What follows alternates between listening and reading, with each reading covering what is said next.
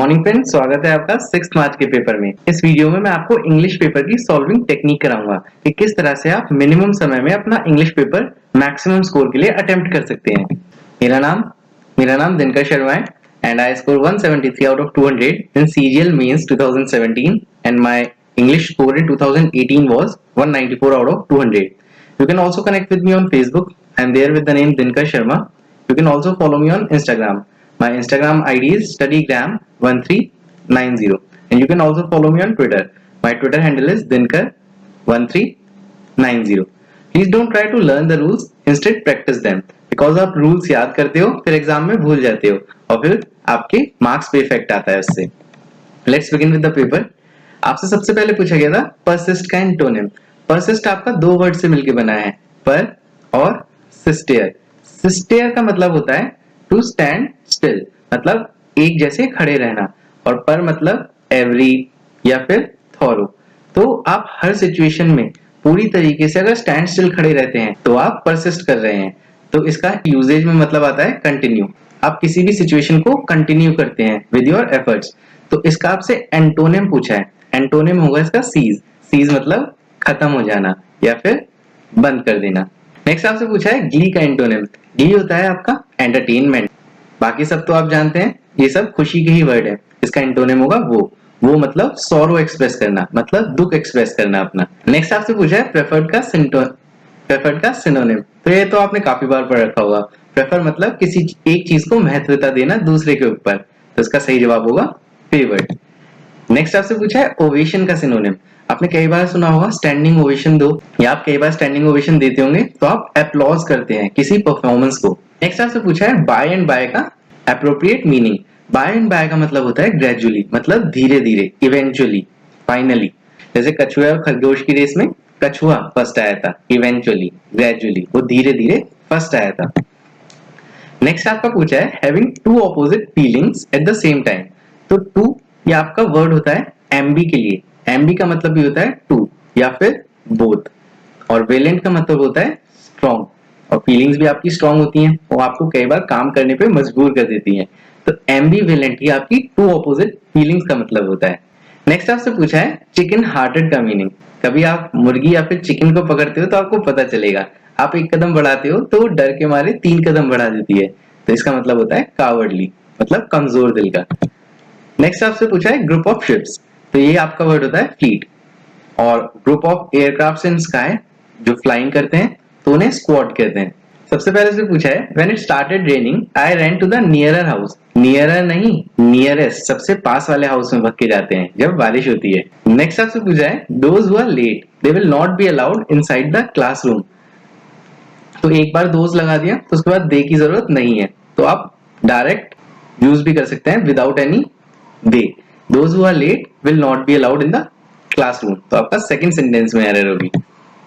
Next आपसे पूछा जाता है we came back because we had run out of money.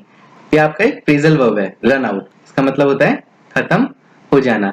इस पे टेंस का फर्क नहीं पड़ता, मतलब ये रन आउट ही रहता है, चाहे पास्ट हो, प्रेजेंट हो या फ्यूचर। तो रैन की जगह आपका रन ही रहेगा। We had run out of money. Next आपसे पूछा है everyone except she have travelled by air. तो एवरीवन और शी दोनों के साथ ही आपका हैज आता है, तो she has travelled by air. Next आपसे पूछा है what are rare flower she said. ये देख रहे हैं आप, इसे एक्सक्लेमेशन मार्क कहते हैं। तब भी ये आता है तो इसका मतलब स्ट्रॉन्ग फीलिंग्स बताई जा रही गई हैं। तो वो लड़की ने जब फ्लावर देखा तो उसके मन में बहुत अच्छी फीलिंग्स आई और काफी स्ट्रॉन्ग थी। तो इसकी जगह आपका वर्ड यूज होता है फिर एक्सक्लेम। तो she exclaimed, comma inverted comma हटा के, that it was a very rare flower. Simple present है तो सिंपल पास जाएगा। नेक्स्ट आपसे पूछा है the farmer is ploughing the fields. तो इसमें क्या चेंज नहीं होता, टेंस चेंज नहीं होता। तो इज है और आईएनजी है, प्रेजेंट कंटिन्यूअस है, तो आप आर या फिर इज प्लस बीइंग यूज होगा। तो आपका the fields are being ploughed by the farmer सही जवाब होगा। नेक्स्ट आपसे पूछा है she dash how the magician had perform the rope trick. तो शी वॉन्डर्ड, जब उसने मैजिशियन को परफॉर्म करते हुए देखा रोप ट्रिक मतलब रस्सी वाली ट्रिक, तो उसका दिमाग वॉन्डर करने लगा कि उसने कैसे करी। उसी के लिए आपका वर्ड होता है यूज वॉन्डर। नेक्स्ट क्वेश्चन आपका तैयार हो जाता है the roof of the building dash during the storm.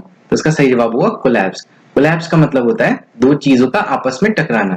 तो रूफ और फ्लोर अलग अलग थे मगर वो कोलैप्स हो गए और आपस में टकरा गए।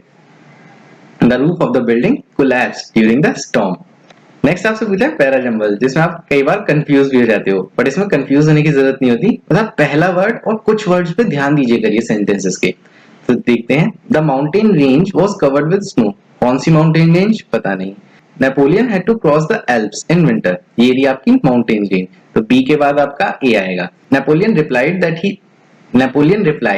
That the word impossible did not exist for him. तो उसने रिप्लाई करा, पहले क्वेश्चन तो ढूंढो कहाँ है।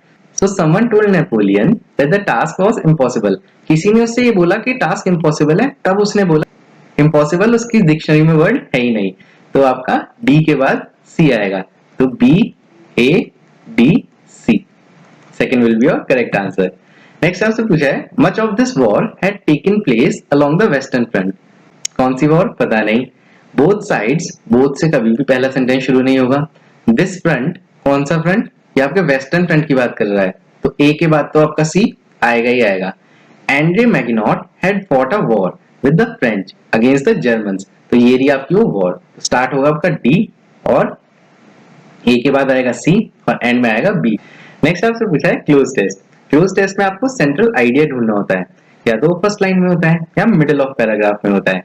वो भी आपको जब कोई हार्ड पैसेज होता है। अगर इजी पैसेज है तो उसको आप ऐसे ही सॉल्व करते हैं। तो देखते हैं हमारा पैसेज क्या कहता है। Atlas was made to hold the sky upon his shoulders as a punishment. Atlas को एक बार पनिशमेंट दी गई कि उसको स्काई अपने शोल्डर्स पर होल्ड करनी है।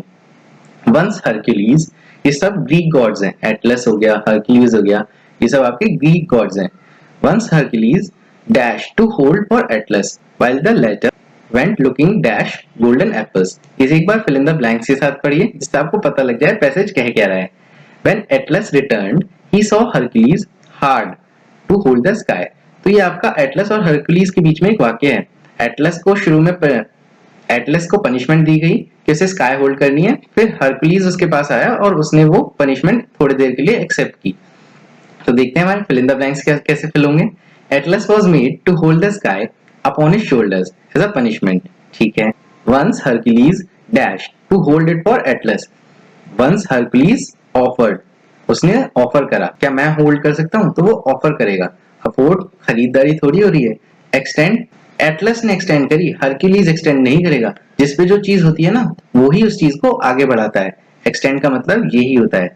ऑर्डर्ड अगर होता तो टोन आपको पता लग जाती। Once Hercules offered to hold it for Atlas while the latter went looking for golden apples. Looking for होता है, इसका मतलब होता है सर्च। ये आपका एक फ्रेजल वर्ब है। When Atlas returned, he saw Hercules dash to hold the sky. तो उसने देखा हरक्यूलीज स्ट्रगल कर रहा था स्काई को होल्ड करने में, क्योंकि स्काई बहुत भारी होती है ना। The weight of the sky dash Hercules sweat and groan was making Hercules. जो वजन था स्काई का हरक्यूलीज के पसीने छुड़ा रहा था। Now Atlas did not want to dash a job as arduous as that. तो now Atlas did not want to take back a job as hard as that. Atlas ने जब देखा हरक्यूलीज की ये हालत है तो हरक्यूलीज से उसने वो जॉब वापस भी नहीं लेनी चाहिए। इतनी हालत एटलस की भी खराब हो गई। नेक्स्ट आपसे पूछा था इनकरेक्टली स्पेल्ड वर्ड। तो इसमें इनकरेक्टली होगा एक्विंटेंस। एक्विंटेंस में आपका ए आता है। एक्विंटेंस का मतलब होता है पहचानना। नेक्स्ट आपसे पूछा था इनकरेक्टली स्पेल्ड वर्ड अगेन। तो पीस स्पेलिंग सही है, फियर्स सही है, रीफ सही है। सीज की स्पेलिंग SEIZE होता है, जैसे आवाज भी आ रही है सीज में सी की, तो एस के बाद ई, ना कि साइज की SI की। तो ये था आपका 6 मार्च का मॉर्निंग शिफ्ट का पेपर, जो काफी इंटरमीडिएट ही रेंज में था, इजी से इंटरमीडिएट की रेंज में था। So if you like the video please share it among your friends and subscribe to my channel. Thank you.